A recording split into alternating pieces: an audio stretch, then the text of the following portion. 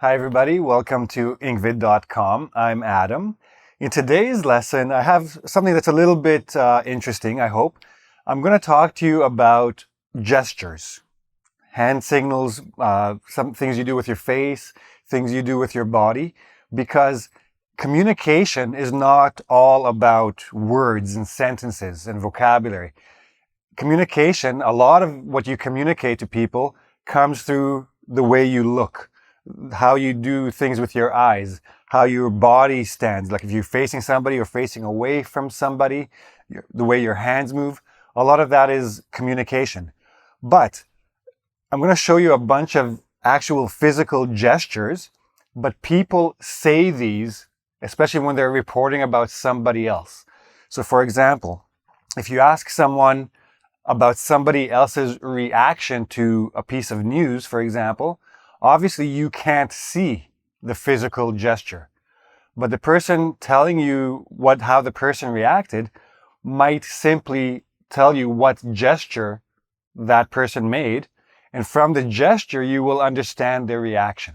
Okay? I'll give you an example. We're going to start with scratch one's head. So scratch one's head, if you're telling me something and I go, what do you understand from that? You understand that maybe I'm confused, maybe I don't really know what's going on. But if you tell me that somebody else reacted by doing that, I will understand that that person was confused or didn't know what's going on, right?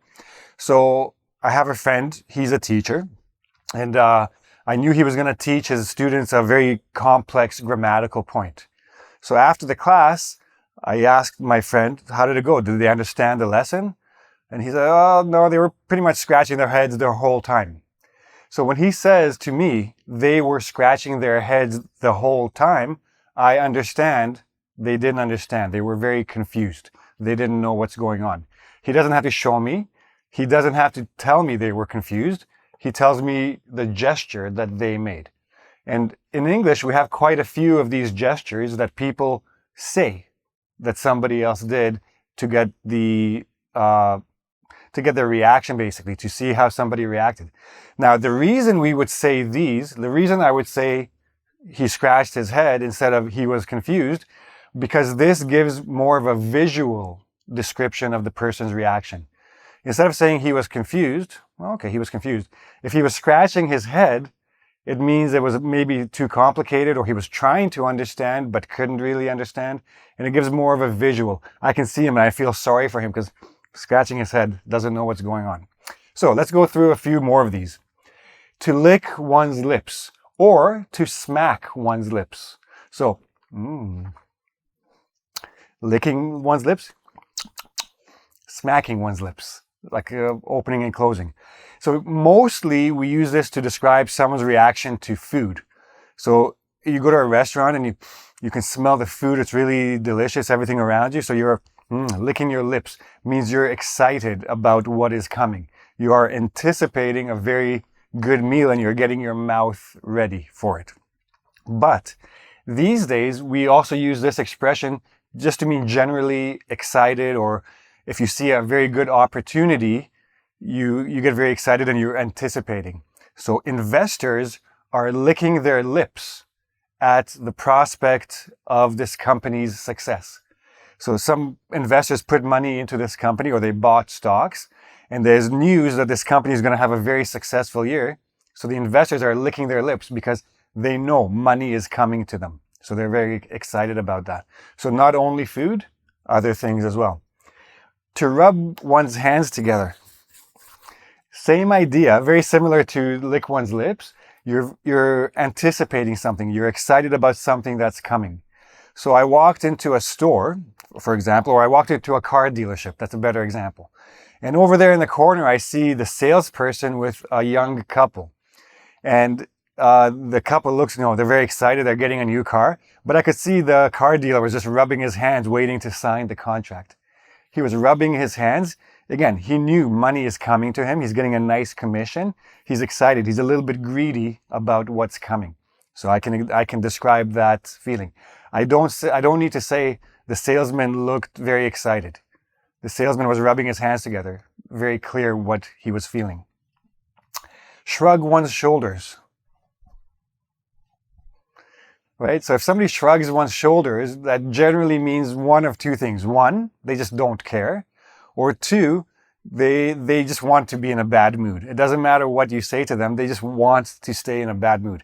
Especially when we're talking about a child, right? A child doesn't want to go to school. And you say to the child, I'll give you as a third person. My friend's son didn't want to go to school. So I asked my friend, what did you do? So my friend says, she offered him candy and ice cream when he comes home from school. If he goes to school, when he comes home, he'll get candy and ice cream. And I said, oh, that's a nice little trade. What did he say? Oh, he just shrugged his shoulders. Didn't really care. Or he just wanted to be in a bad mood. He shrugged his shoulders. To make a face. You can make all kinds of different faces, but essentially when you're making a face, usually it means a negative reaction, right? So I offered her a position, a raise, but it included more duties. And I say, how did she react? Well, she just made a face. I don't think she was interested. Make a face usually means to show through a facial gesture that you don't like something or you're not interested in something. To cross one's fingers. Now, this actually has two meanings. If you cross your fingers for someone, you go, I'll cross my fingers for you. Or you can say it on the phone. Good luck. So you have your interview tomorrow? Okay, well, I hope you do very well. I'll be crossing my fingers for you. Means I'll be wishing you good luck. But a completely different meaning, if someone says something to you and then later it turns out that it's not true, and I say, but you told me you'll do this. I go, yeah, I was crossing my fingers. It basically means crossing your fingers behind your back means I'm not telling the truth. I'm lying. But because I'm crossing my fingers, I'm not committing a sin. I'm not going to be punished. I'm not a bad person because this lets me say whatever I want. It's very childish. And if an adult says this, they're just basically taking a joke, right? They weren't very serious the first time. So, to wish someone luck or to not tell the truth. Okay, so here are a few. Let's look at some more. Okay, so now we have a few more, and some of these are a little bit less literal than others, but I'll give you an example. To give a thumbs up. So if you give somebody a thumbs up, it means that you approve or accept something, or that you just think something is very good, right? So this could be a very literal thing. If somebody gives you a thumbs up from a distance, or he gave me a thumbs up, I could see him from the crowd. If I'm on the stage, my friends in the crowd giving me a thumbs up means he thinks I did a good job. But this can also be a more figurative expression. The government gave the military the thumbs up to proceed with the attack, right? So basically, to give the thumbs up is just to give permission in some cases. It's not an actual physical thing, but it can be a physical gesture as well. To raise one's hands in the air. Like that, right? So when you do that, basically what you're indicating is that you give up. You're not going to try to argue with somebody or you're not going to try to convince somebody. You give up. You're frustrated, right? So again, we can report this about someone's reaction. So the mother and child were fighting. The child wanted to be picked up. So finally the mother just threw her hands in the air. Oh, sorry, sometimes it's a bit more.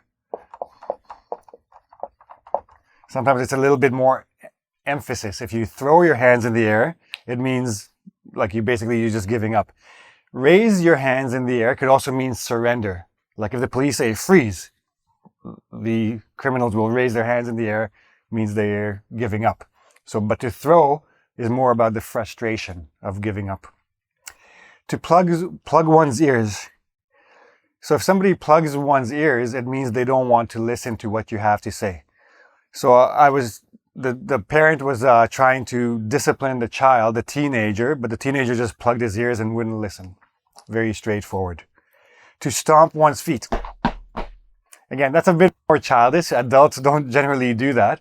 But if we want to show or say that somebody was acting childish, so for example, I told my boss that I can't come into work tomorrow morning, and he just started stomping his feet. He was angry. right? So when you're stomping your feet, you're angry. A child wants attention or wants candy or wants to be picked up, it will stomp its feet so the parents can react.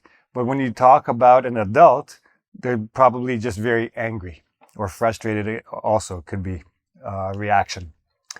To sit on one's hands, basically like sitting on one's hands. So did you ask your sister for help? I asked her, but she just sat on her hands and didn't do anything. So if somebody sits on their hands, it means first of all, it means do nothing. They don't want to do anything, or they just don't want to help. Usually it's also a sign of stubbornness. The person just doesn't want to listen, doesn't want to help, just sits on their hands and stays to the side. Twiddle one's thumbs. I'll try to show you this. So you're just sitting there, this is twiddling. Just turning your thumbs one around the other. I don't know where the word twiddle came from, but that's what this gesture means. So if somebody is just twiddling their thumbs, it means they're bored. They have nothing to do. Or they're very restless. They want to be busy, but they just have nothing to do. So they're bored. They're a little bit stressed out by that. Okay? So now you understand these physical gestures, what they mean, but it's also very important to know what they mean when somebody speaks the gestures, not when you can't see them, basically. When somebody is reporting someone else's reaction, it's important to understand these. Okay, so if you have any questions about any of these, please go to engVid.com. In the comment section there, you can ask me any question you have. I'll be happy to answer them. There's also a quiz. You can try to understand your comprehension of this lesson. And I hope you like this lesson. Please give me a like if you did. Don't forget to subscribe to my channel and ring the bell for notifications of new videos. And come back soon. We'll do this again then. See you then. Bye-bye.